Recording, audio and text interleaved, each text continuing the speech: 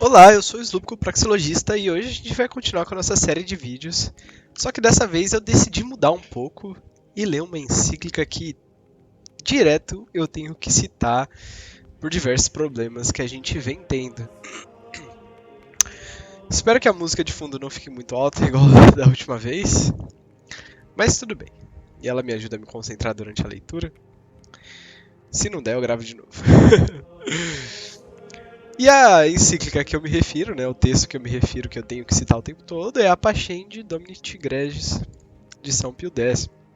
A gente leu já uma encíclica dele, né, na ocasião do catecismo do Concílio de Trento, né, Acerbo Unime, sobre a questão do catecismo.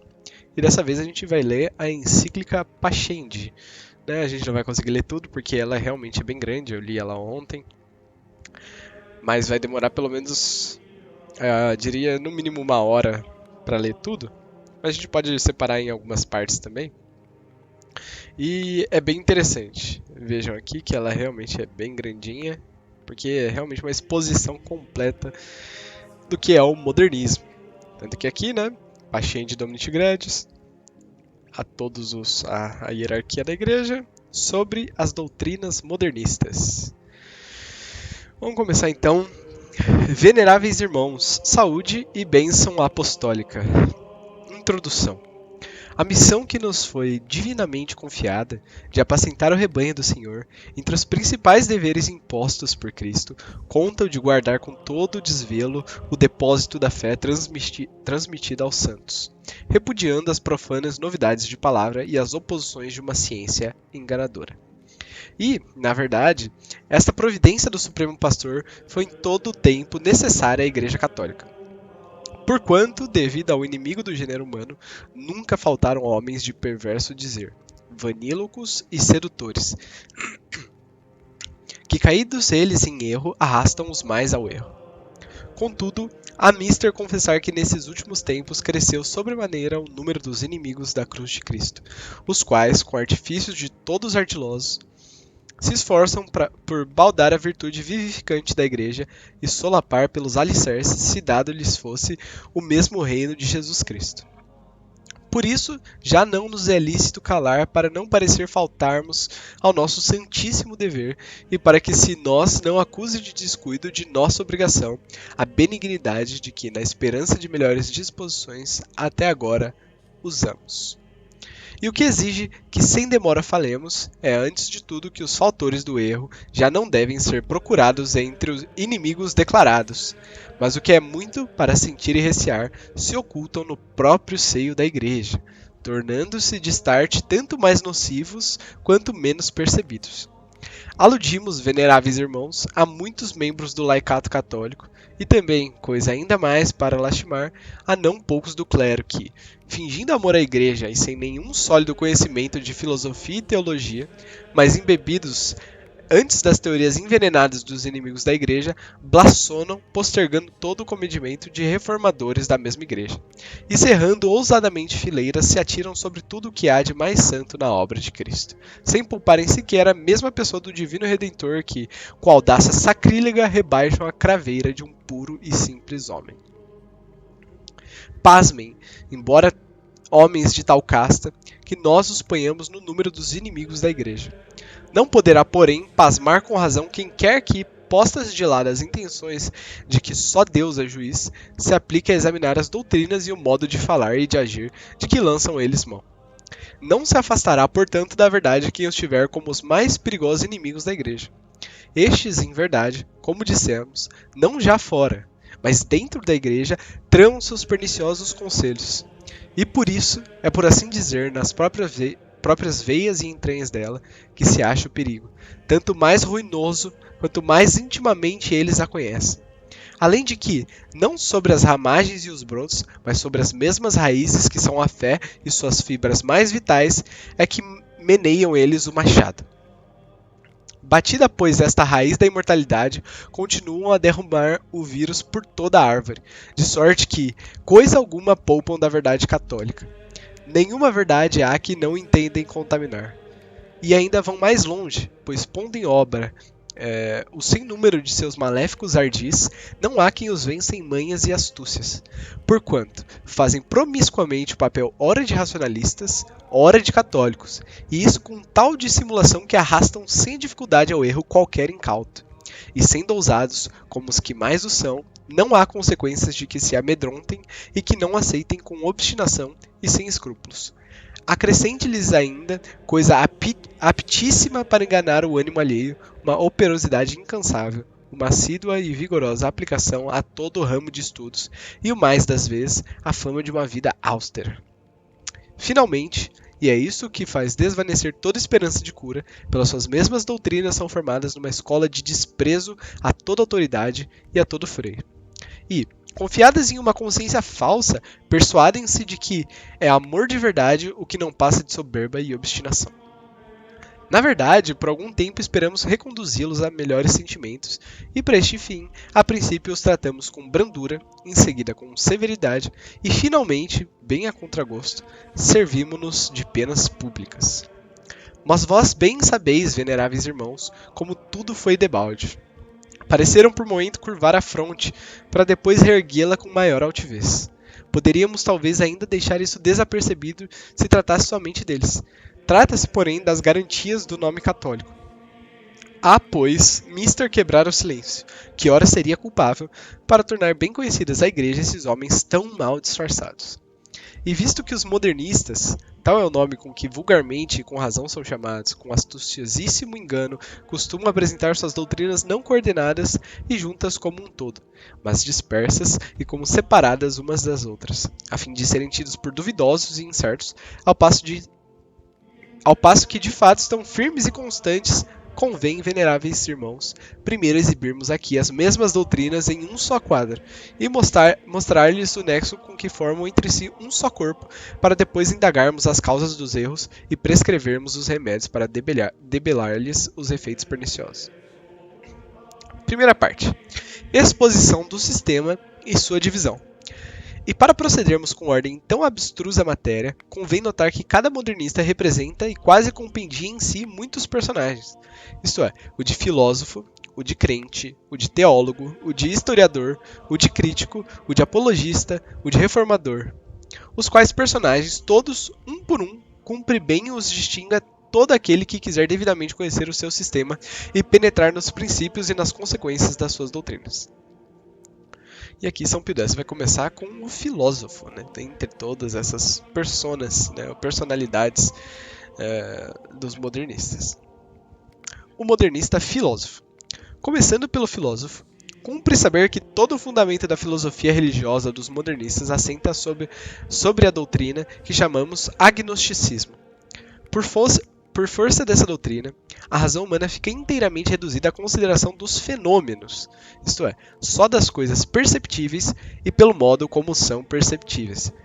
Nem tem ela direito nem aptidão para transpor estes limites. E daí segue que não é dado à razão elevar-se a Deus, nem conceder-lhe a existência, nem mesmo por intermédio dos seres visíveis. Segue-se, portanto, que Deus não pode ser de maneira alguma objeto direto da ciência, e também com relação à história, não pode servir de assunto histórico. Postas essas premissas, todos percebem com clareza qual não deve ser a sorte da teologia natural, dos motivos de credulidade, da revelação externa. Tudo isso os modernistas rejeitam e atribuem ao intelectualismo, que chamam um ridículo sistema, morto já há muito tempo.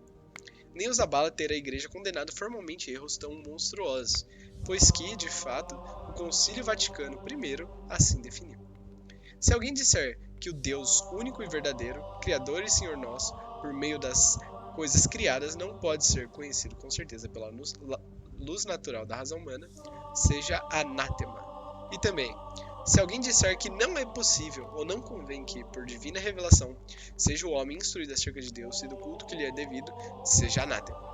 E, finalmente, se alguém disser que a divina revelação não pode tornar-se crível por manifestações externas e que por isso os homens não devem ser movidos à fé senão exclusivamente pela interna experiência ou inspiração privada, seja anátema. De que modo, porém, os modernistas passam do agnosticismo, que é puro estado de ignorância, para o ateísmo científico e histórico, que ao contrário é estado de positiva negação, e por isso, com que lógica, do não saber se Deus interveio ou não na história do gênero humano, passam a tudo explicar na mesma história, pondo Deus de parte, como se na realidade não tivesse intervindo. Quem o souber, que o explique. É engraçado, né, que eles adotam essa postura agnóstica, né, e ao mesmo tempo um método ateísta, né, um ateísmo metodológico. Há, entretanto, para eles uma coisa fixa e determinada, que é o dever ser até a ciência a par da história, em cujas raias não haja lugar senão para os fenômenos, repelido de uma vez Deus e tudo que é divino. E dessa absurdíssima doutrina ver-se-á, dentro em pouco, que coisas seremos obrigados a deduzir a respeito da augusta pessoa de Cristo, dos mistérios e da sua vida e morte, da sua ressurreição e ascensão ao céu. Este agnosticismo, porém, na doutrina dos modernistas, não constitui senão a parte negativa. A positiva acha-se toda na imanência vital. Eis aqui o modo como eles passam de uma parte a outra. A religião, quer a natural, quer a sobrenatural, é mister seja explicada como qualquer outro fato. Ora, destruída a teologia natural, impedido o acesso à revelação ao rejeitar os motivos de credibilidade, é claro que se não pode procurar fora do homem essa explicação.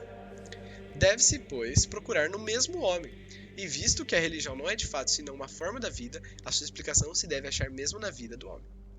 Daqui procede o princípio da imanência religiosa. Demais, a primeira moção, por assim dizer, de todo fenômeno vital deve sempre ser atribuída a uma necessidade. Os primórdios, porém, falando mais especialmente da vida, devem ser atribuídos ao movimento do coração, que se chama sentimento. Por conseguinte, como o objeto da religião é Deus, devemos concluir que a fé, princípio e base de toda religião, se deve fundar em um sentimento, nascido da necessidade da divindade. Essa necessidade das causas divinas, não se fazendo sentir no homem senão em certas especiais circunstâncias, não pode de per si pertencer ao âmbito da consciência. Oculta-se, porém, primeiro abaixo da consciência, ou, como dizem com o vocábulo tirado da filosofia moderna, na subconsciência, onde a sua raiz fica também oculta e incompreensível. Se alguém, contudo, lhes perguntar de que modo essa necessidade da divindade que o homem sente em si mesmo, torna-se religião, será esta a resposta dos modernistas. A ciência e a história, dizem eles, acham-se fechadas entre dois termos. Um externo, que é o mundo visível, outro interno, que é a consciência. Chegados a um ou outro desses dois termos, não se pode ir mais adiante. Além desses dois limites, acha-se o incognoscível, o número. Diante desse incognoscível, seja que ele se ache fora do homem e fora de todas as coisas visíveis, seja que ele se ache oculto na subconsciência do homem, a necessidade de um quê divino, sem nenhum ato prévio da inteligência, como quer o fideísmo, gera no ânimo já inclinado um certo sentimento particular, e este, seja como objeto, seja como causa interna, tem envolvido em si a mesma realidade divina e assim, de certa maneira, une o homem com Deus. É precisamente a este sentimento que os modernistas dão o nome de fé e têm-no como princípio de religião. Até aqui a gente já percebeu realmente que o que São Pio X quis dizer, né, que o modernismo, diferente das outras heresias, não ataca os ramos, os galhos, né, da fé, mas ataca o próprio fundamento da fé. Né? Então acaba se livrando dos dogmas, né, e mudando o conceito, se aproveitando das outras heresias, como o próprio liberalismo, né, como as heresias anteriores, né, e não coloca nenhum caráter dogmático em nenhuma dessas heresias, né, colocando acima de tudo justamente o agnosticismo, uma noção de evolucionismo, de liberalismo, e juntando tudo isso. Né, então é um tanto engraçado, né, como que o pensamento católico médio, né, saiu realmente daquela linha de raciocínio clara dos tomistas, né, e principalmente do próprio Santo Tomás de Aquino, para uma linha de raciocínio realmente muito confusa, pouco clara, ambígua, né, pouco enfática. Inclusive se vê isso, né, a partir de meados do século XX, onde as condenações, né, foram realmente perderam, né, seu lugar na igreja. ali com Paulo VI, acabou ali Santo Ofício, Index Prohibitorum e tudo mais. E é engraçado como, pelo menos na minha percepção, e parece para mim ser evidente que seja realmente o caso, que não seja um caso realmente de modernismo infiltrado na igreja, como ele mesmo disse. A igreja é o centro, o antro de modernismo, principalmente. E precisa de realmente muito esforço para fugir desse problema, porque o modernismo ele realmente tem muitas facetas, como ele disse, né? As personalidades. Então tem o crente, o filósofo, etc. Mas também tem um outro aspecto que ele não vai tanto abordar aqui, é o modernismo cultural. Então a gente poderia tratar de um neomodernismo, né? Que é o que a gente vive basicamente hoje em dia.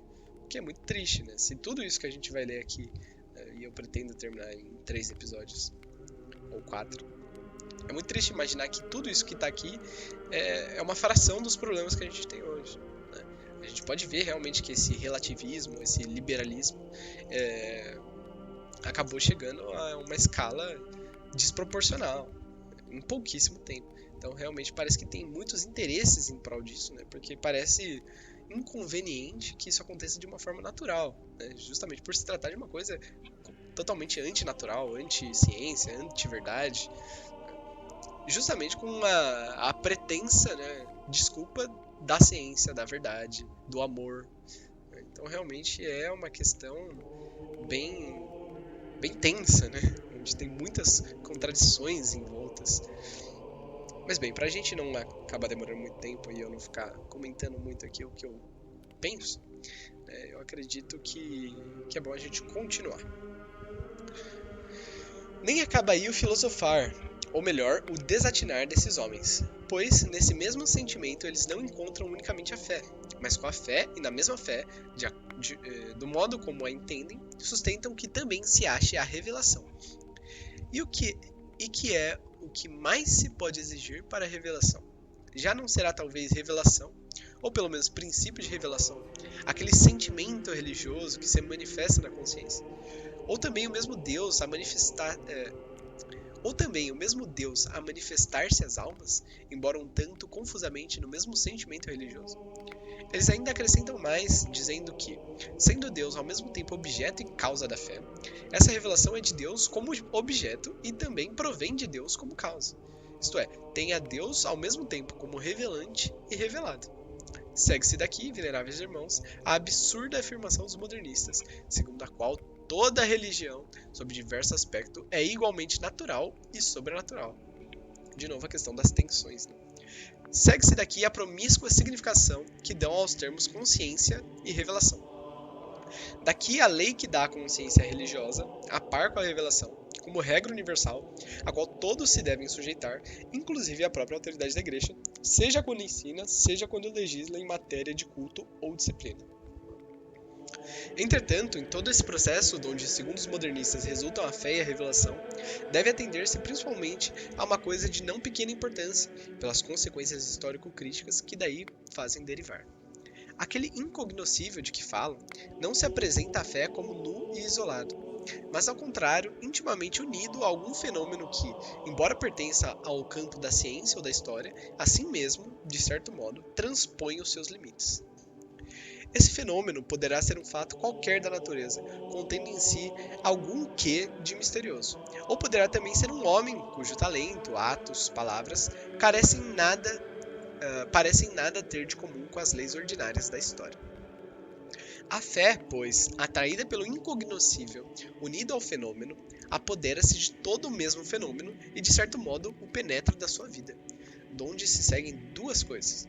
A primeira é uma certa transfiguração do fenômeno por uma espécie de elevação das suas próprias condições, que o torna mais apto, qual matéria, para receber o divino. A segunda é uma certa desfiguração resultante de que, tendo a fé subtraído ao fenômeno os seus adjuntos de tempo e de lugar, facilmente lhe atribui aquilo que em realidade não tem. O que particularmente se dá em se tratando de fenômenos de antigas datas, e isso tanto mais quanto mais remotas são elas. Desses dois pressupostos, os modernistas deduzem outros tantos cânones que, unidos a um terceiro já deduzido de agnosticismos, constituem a base da crítica histórica. Esclareçamos o fato com um exemplo tirado da pessoa de Jesus Cristo. Na pessoa de Cristo, dizem, a ciência e a história não acham mais do que um homem. Portanto, em virtude do primeiro cânon deduzido do agnosticismo, da história dessa pessoa se deve riscar tudo que sabe de divino. Ainda mais, por força do segundo cânon, a pessoa histórica de Jesus Cristo foi transfigurada pela fé. Logo convém despojá-la de tudo o que a eleva acima das condições históricas. E daí que vem aquela história de Jesus histórico, Jesus da fé, que, como a gente vai ver, é uma besteira enorme. Finalmente, a mesma foi desfigurada pela fé em virtude do terceiro cânon.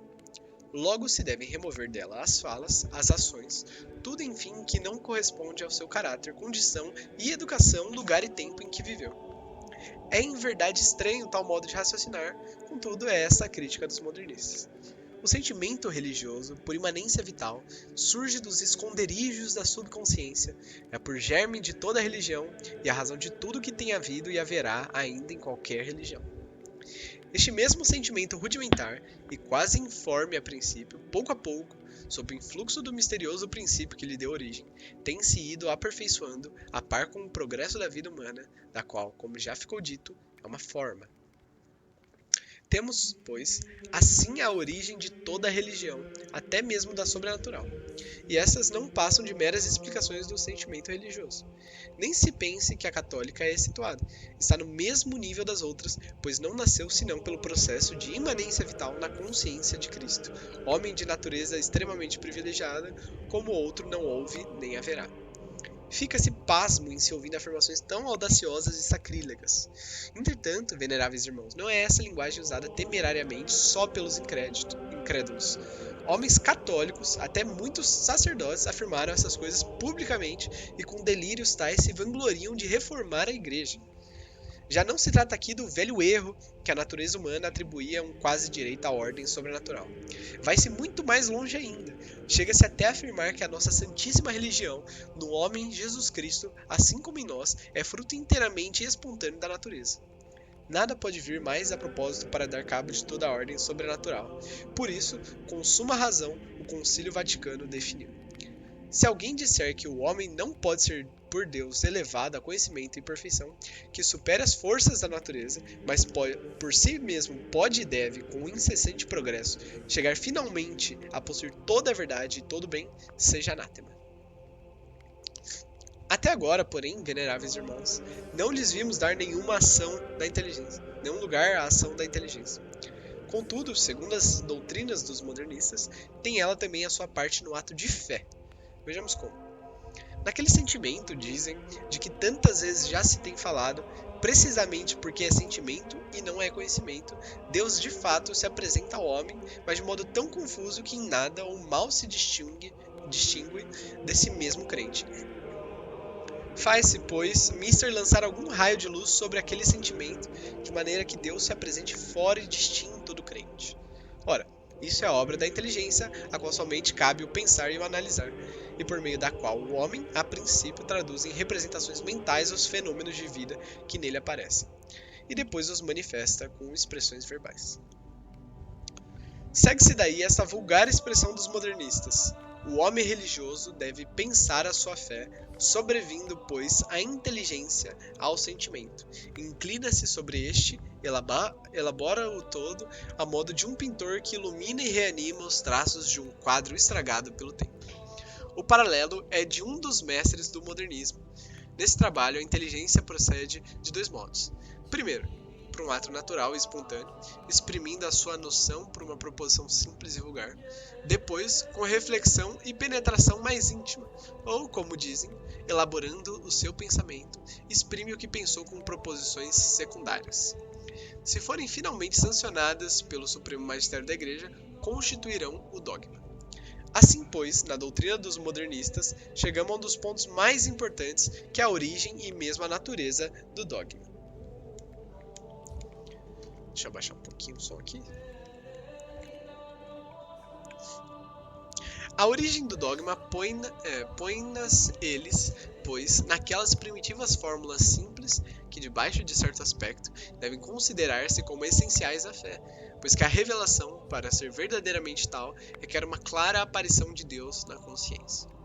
O mesmo dogma, porém, ao que parece, é propriamente constituído pelas fórmulas secundárias.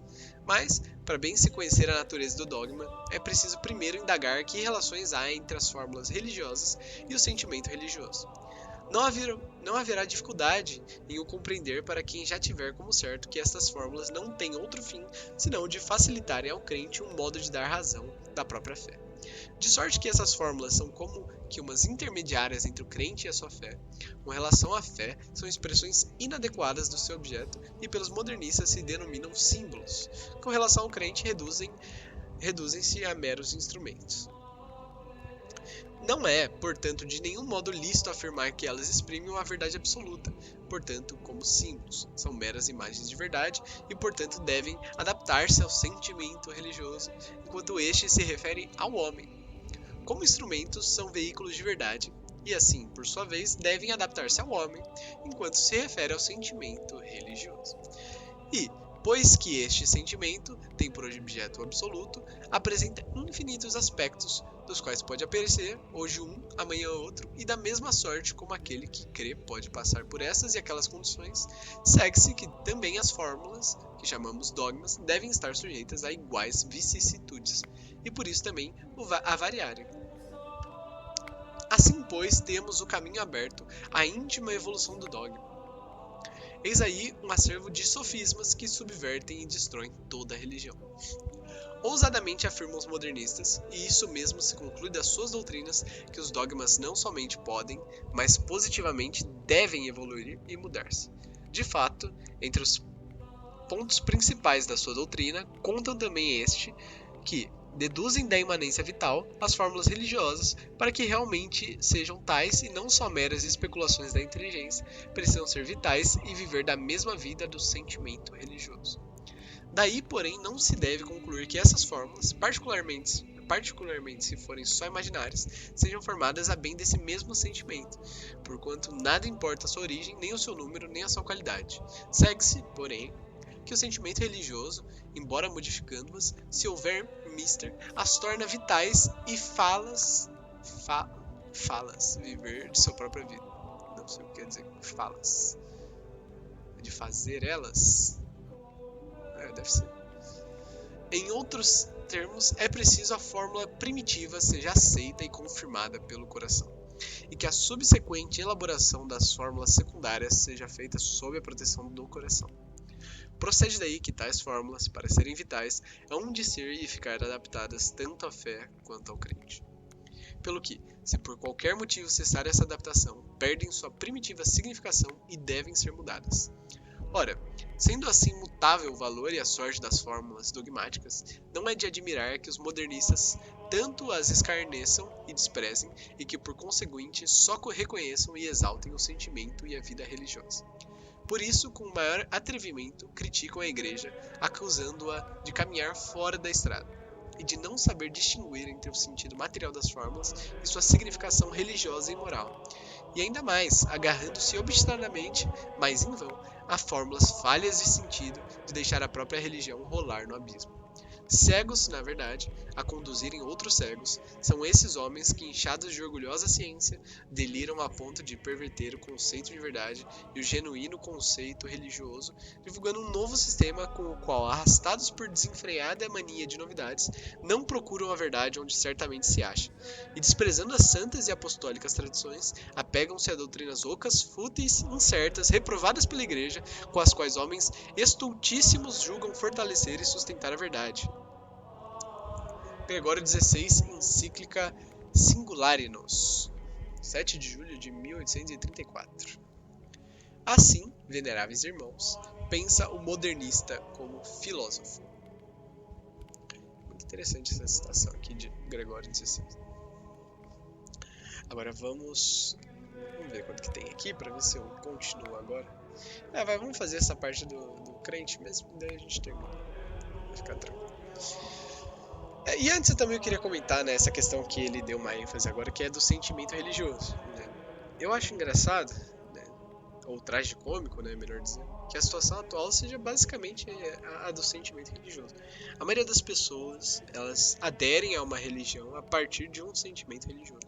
É uma experiência privada, normalmente induzida né, em centros religiosos modernos, que fazem com que alguém tenha uma sensação de pertencimento, né, uma esfera maior, energias. E sempre, quando vão explicar a razão da fé, eles apelam a um sentimento, a alguma coisa subjetiva, né? Enquanto que, na verdade, aquilo que é o catolicismo, a religião verdadeira, é a adesão da inteligência, que ele se refere ali algumas vezes, que mostra que no modernismo a inteligência tem um papel pífio, né, comparado com o que deveria ser, que é uma adesão da inteligência às verdades de fé reveladas, né? Apesar de, por exemplo, a nossa inteligência não ser capaz de perscrutar os mistérios, né, daquilo que é divino, né, e mesmo de coisas que ocorrem no mundo, né, tem diversos mistérios, até os mistérios que a gente reza no terço, no Santo Rosário.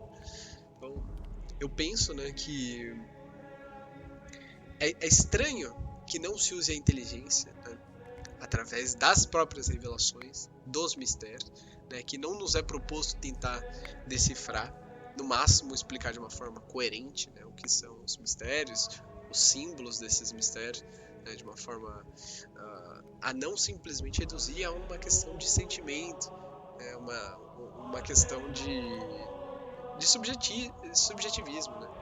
Então ele fala ali, né, uma questão emocional. Então, vamos continuar para não realmente perder muito tempo aqui comentando, porque eu acho que São Pio X tem a capacidade de discorrer sobre o tema muito superior à minha, né? Acho que o único problema aqui é uma certa dificuldade no texto, né? Não sei se vocês já perceberam, mas tem muitas vírgulas no texto. Não que eu ache ruim, eu mesmo quando escrevo eu tenho o costume de colocar bastante vírgulas, mas eu também acho interessante um estilo de escrita com períodos mais curtos, né? Em que não tem tantas separações assim, né? Divisões através de vírgulas e tudo mais, que tenha mais pontos finais do que vírgula. Mas vamos continuar. O modernista crente.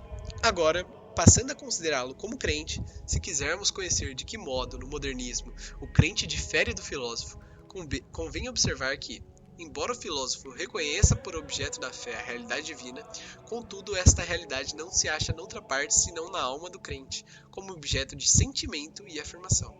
Porém, se ela em si mesma existe ou não fora Se ela em si mesma existe ou não fora daquele sentimento e daquela afirmação, isso não importa ao filósofo. Se, porém, procurarmos saber que fundamento tem essa asserção do crente, respondem os modernistas. É a experiência individual. Aí, ó, é o que eu tava falando. Com essa afirmação, enquanto na verdade discordam dos racionalistas, caem na opinião dos protestantes e dos pseudo-místicos. Eis como eles a declaram. No sentimento religioso deve reconhecer-se uma espécie de intuição do coração. Perdoem, eu tô meio doente ainda. E minha garganta tá ruim. Vou ler de novo. Eis como eles o declaram. No sentimento religioso deve reconhecer-se uma espécie de intuição do coração, que pôs o homem em contato imediato com a própria realidade de Deus e lhe infunde tal persuasão da existência dele e da sua ação, tanto dentro como fora do homem, que excede a força de qualquer persuasão que a ciência possa adquirir. Afirmam, portanto, uma verdadeira experiência capaz de vencer qualquer experiência racional. E se essa for negada por alguém, como pelos racionalistas, dizem que isso sucede porque estes não querem pôr-se nas condições morais que são necessárias para consegui-lo. Ora, tal experiência é a que faz própria e verdadeiramente crente a todo aquele que a conseguir. Quanto vai dessa a doutrina católica? Já vimos essas ideias condenadas pelo Concílio Vaticano I. Veremos ainda como, com semelhantes teorias, unidos a outros erros já mencionados, se abre o caminho para o ateísmo. Cumpre, entretanto, desde já, notar que, posta essa doutrina da experiência unida a outra do simbolismo, toda religião não executada sequer a dos idólatras deve ser tida por verdadeira. Acho que executada aqui seria tipo excetuada, né? Não sei. Ele está dizendo que mesmo, né, a religião dos idólatras deve ser tida por verdadeira. E na verdade, por que não fora possível o se achar tais experiências em qualquer religião? E não poucos presumem que de fato já se as tenha encontrado. Com que direito, pois, os modernistas negarão a verdade a uma experiência afirmada, por exemplo, por um maometano? Com que direito reivindicarão experiências verdadeiras só para os católicos? e os modernistas de fato não negam, ao contrário concedem, uns confusa e outros manifestamente, que todas as religiões são verdadeiras. É claro, porém, que eles não poderiam pensar de outro modo. Em verdade, postos os seus princípios, em que se poderiam porventura fundar para atribuir falsidade a uma religião qualquer. Sem dúvida, seria por algum desses dois princípios, ou por falsidade do sentimento religioso, ou por falsidade da fórmula proferida pela inteligência. Ora, o sentimento religioso, ainda que às vezes menos perfeito, é sempre o mesmo, e a fórmula intelectual para ser verdadeira basta que corresponda ao sentimento religioso e ao crente, seja qual for a força do engenho deste. Quando muito no conflito entre as diversas religiões, os modernistas poderão sustentar que a católica tem mais verdade, porque é mais viva e merece mais o título de cristã, porque mais completamente corresponde às origens do cristianismo. Olha, aqui você já pode ver a condenação de Lumen Gentium, por exemplo, né? Onde a gente vai falar que, por exemplo, a Igreja Católica subsiste, né? A Igreja de Cristo subsiste na Igreja Católica. É o que justamente, precisamente, faz alusão a isso aqui que ele está falando. Você vai colocar uma noção quantitativa, né? Não tão qualitativa, na questão de fé. Você pode colocar que existem outras comunidades eclesiásticas, né, eclesiais, que não estão tão próximas da verdade, que você tem algumas que compõem partes do todo né, do corpo divino, né, do corpo de Cristo. Isso quando a gente está se referindo ao cristianismo.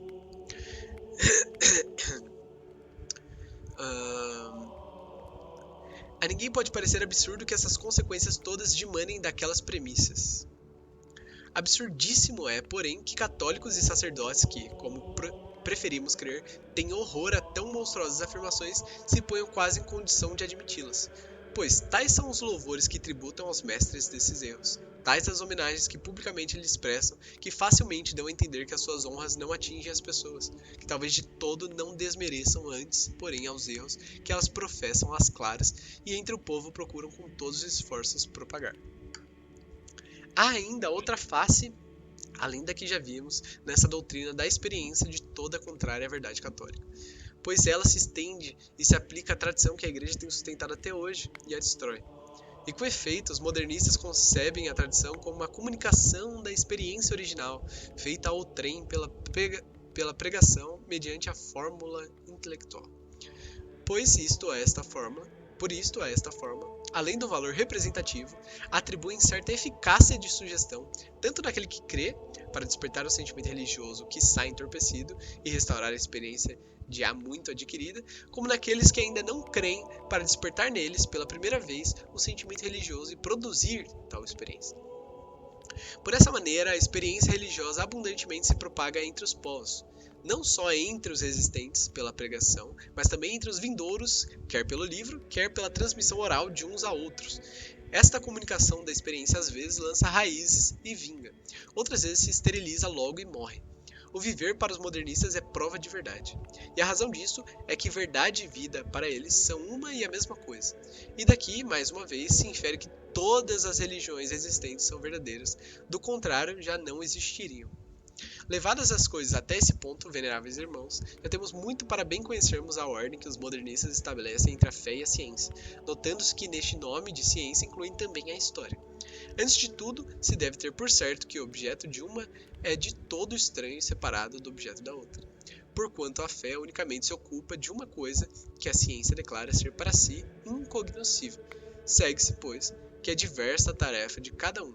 A ciência acha-se toda na realidade dos fenômenos onde a fé por maneira alguma penetra. A fé, pelo contrário, ocupa-se da realidade divina que de todo é desconhecida à ciência.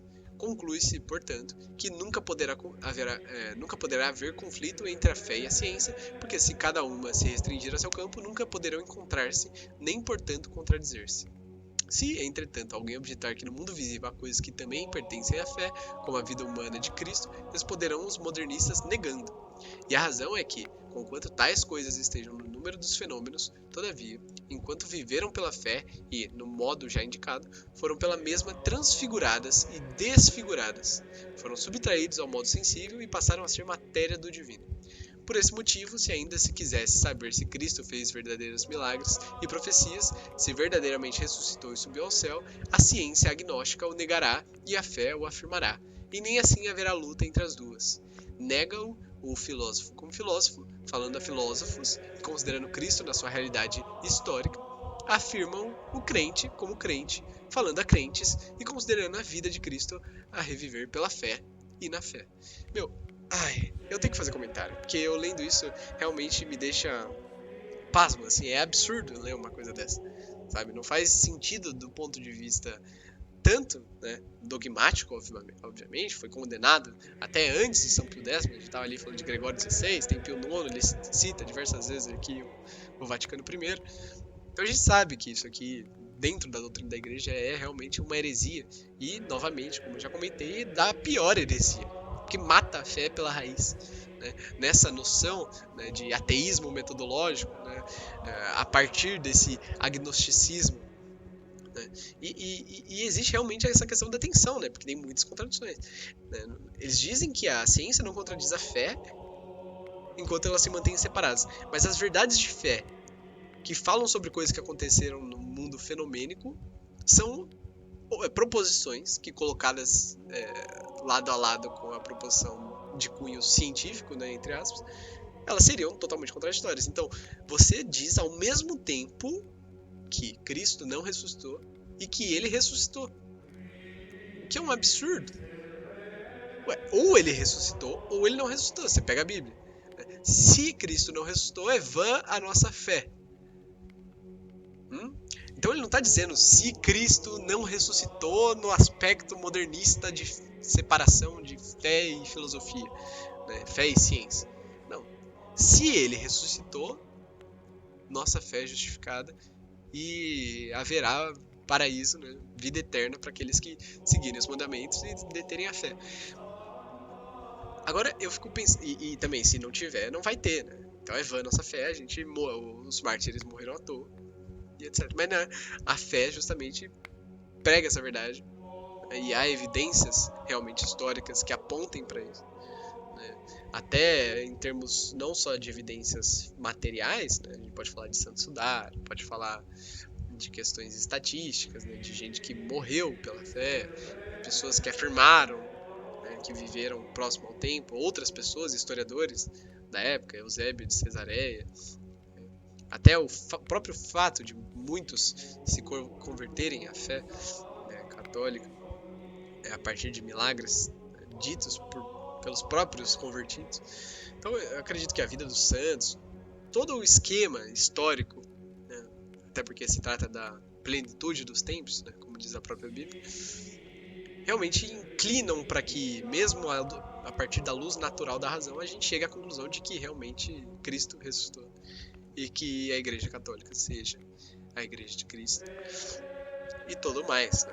Não é como se a gente aceitasse puramente por um sentimento, muito menos que houvesse essa tensão entre ciência e fé, né? Que com certeza não é verdade. Agora, depois desse curto desabafo, vamos continuar. De muito se enganaria quem, postas essas teorias, se julgasse autorizado a crer que a ciência e a fé são independentes uma da outra. Por parte da ciência, essa independência está fora de dúvida, mas já não é assim por parte da fé, que não por um só, mas por 3 motivos se deve submeter à ciência. Efetivamente, é de notar, em primeiro lugar, que em todo fato religioso, tirada a realidade divina e a experiência que o crente tem na mesma, tudo mais, e principalmente as fórmulas religiosas, não sai do campo dos fenômenos, cai, portanto, sob o domínio da ciência. Afaste-se, embora do mundo o crente, se lhe aprouver, mas, enquanto se achar no mundo, nunca poderá se furtar, queira ou não, às leis, às vistas, ao juízo da ciência e da história. Ainda mais, embora se tenha dito que Deus só é objeto da fé, isto, entretanto, não se deve entender senão da realidade divina e não da ideia de Deus. Essa é dependente da ciência, a qual, enquanto se deleita na ordem lógica, também se eleva até o absoluto e o ideal. É, pois, direito da filosofia ou da ciência indagar da ideia de Deus, dirigi-la na sua evolução, corrigi-la quando se lhe misturar qualquer elemento estranho. Fundados nisto, é que os modernistas sustentam que a evolução religiosa deve ser coordenada com a evolução moral e intelectual. Isto é, como ensina um dos seus mestres, deve ser-lhes subordinada. Deve-se, enfim, observar que o homem em si não suporta um dualismo. Por conseguinte, o crente experimenta em si mesmo uma íntima necessidade de harmonizar de tal sorte a fé com a ciência, que aquela não se opõe à ideia geral que a ciência é a forma do universo. Conclui-se, pois, que a ciência é de todo independente da fé. Esta, ao contrário, embora se declame que é estranha à ciência, a ciência deve-lhe submissão. Então deixa eu ler de novo, né, que ficou esquisito.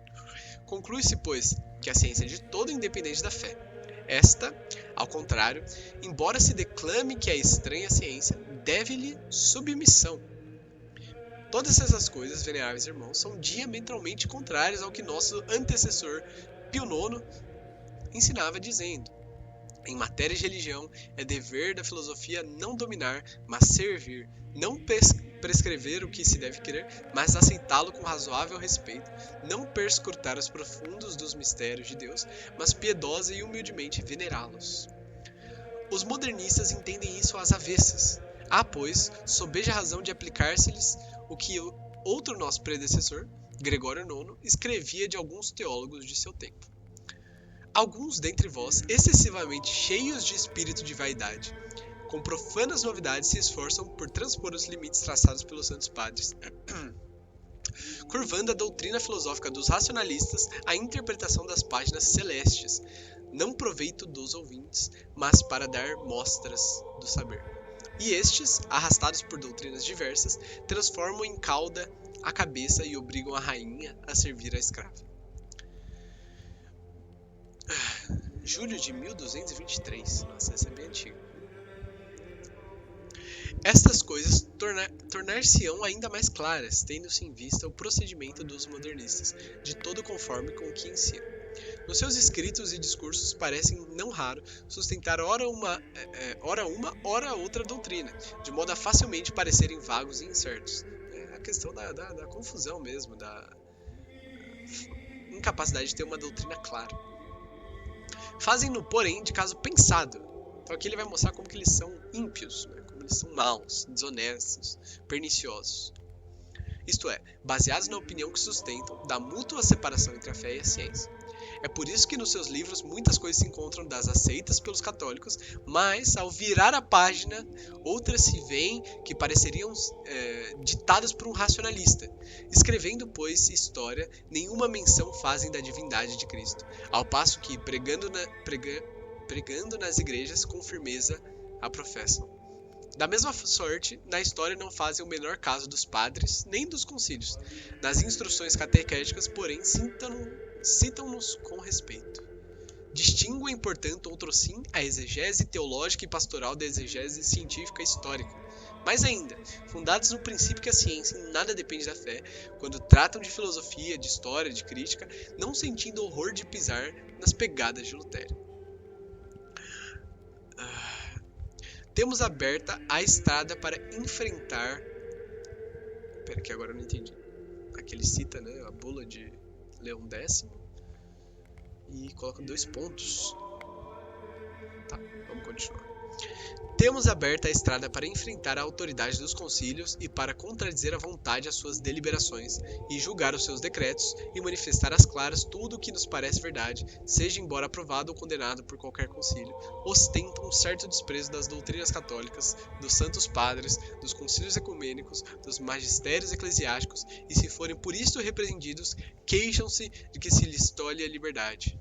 Finalmente, professando que a fé há de sujeitar-se à ciência, continuamente e às claras criticam a Igreja, porque irredutivelmente se recusam a acomodar os seus dogmas às opiniões da filosofia, e eles, por sua vez, posta de parte a velha teologia, empenham-se por divulgar uma nova, toda amoldada aos desvários dos filósofos. Bom, eu acho que essa introdução aqui, né, que a gente leu dessa encíclica, né, Pascendi Dominici Gredis, que por incrível que pareça já tem mais de 100 anos, né, me surpreende realmente ver o quão atual é, né, e não me espanta o fato dele ser realmente o último Papa Santo da Igreja, né, legitimamente canonizado, né, tanto que a gente pode ver, eu estava assistindo um vídeo em que o professor comenta que Padre Pio disse, né, São Pio X foi o homem mais santo que já pisou no Vaticano desde São Pedro. É claro que eu não estudei a vida de todos os padres, mas o pouco que eu estudei de alguns realmente me Me choca ver o São Pio X, né? A humildade, simplicidade, né? Inocência. E também é muito rigoroso contra o erro, né? Então ele prezava pela saúde, né, da instituição igreja. E eu fico triste pensar que a gente perdeu homens como ele. Né? Perdeu no sentido de não termos mais homens como São Pio X. Acredito que até o fim do mundo não terá outro. Né? E infelizmente essa é a nossa situação. Né? O modernismo é a heresia mais perniciosa de todos os tempos. Nem se comparando mesmo, né, ao liberalismo. E pior, né, ainda... Opa. Ai, calma aí. Ai, tá. Perdi totalmente a concentração. A Júlia acabou de me ligar, então vamos só concluir aqui, né, que realmente o modernismo, e principalmente o neomodernismo, que é aquilo que a gente acaba tendo que enfrentar hoje em dia, né, às vezes nem enfrentar, mas só de se deparar, né, com o modernismo é muito difícil, justamente por essa coisa que a gente comentou aqui no final dela, o fato deles serem pérfidos, deles serem traidores, deles serem maliciosos mesmo, de em momentos falarem coisas que fazem parte da doutrina e em outros momentos eles negarem ela. E daí quando você vai lá e fala assim, não, ele é modernista, ainda vem gente e vai falar, não, ele não é modernista, olha aqui, esse momento aqui, olha, ensinando a fé ortodoxa.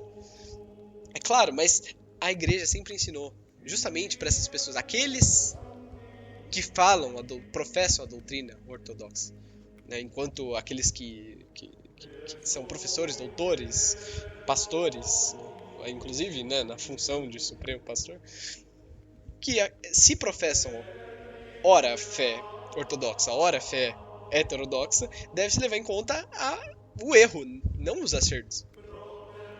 Porque a função do supremo pastor, a função do pastor, né, dos bispos, dos padres, do papa, dos cardeais, de todos os prelados, de todo o clero no geral, é reafirmar a fé. É claro que também tem as outras funções de governança, questões disciplinares, questões realmente que são mais, como posso dizer, que são mais contingentes, né? Depende de tempo. Mas com relação ao ensino, que a gente também leu nas Sermonismes, no primeiro episódio do Catecismo Romano, é realmente confirmar os irmãos na fé. E isso, a falta de conhecimento da doutrina, é causa de condenação de muitas almas ignorantes. Né? Engana-se quem pensa que por ignorância genérica alguém se salva. Né? Porque muitas das vezes essa ignorância não é uma ignorância desculpável, é uma ignorância com culpa. Por negligência, não foi atrás, não estudou. E para quem se diz cristão, para quem se diz católico, é igual usou muitas vezes aqui o termo, é mister estudar, é mister querer conhecer a doutrina, os dogmas, as verdades de fé. E buscar não negá-las, né, obviamente. É claro que a gente não é 100%, a gente não pode ser onisciente, mas tem que fazer um esforço. Deus vai reconhecer essa nossa vontade, né, por essa nossa preferência demonstrada, né, através dos nossos atos. E também através do nosso coração, se a gente realmente sente um desejo pelo conhecimento das coisas de Deus, se a gente realmente também tem esse arrependimento, essa tristeza por essa nossa miséria intelectual, por conta da corrupção do pecado. Então, é realmente muito complicada a situação que a gente vive, é triste. Né? Muitas pessoas preferem fingir que não tem problema do que aceitar a realidade dura de crise que a gente passa hoje.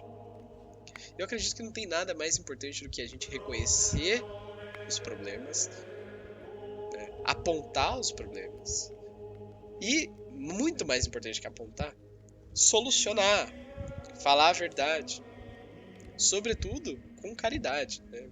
Porque muito se tem hoje, uma coisa que eu acho, eu ia até fazer uma thread no Twitter, não tive tempo para fazer, tava muito doente, não é nem que eu não tive tempo, eu não tive a disposição mesmo, mas agora que eu tô gravando posso até concluir esse ponto.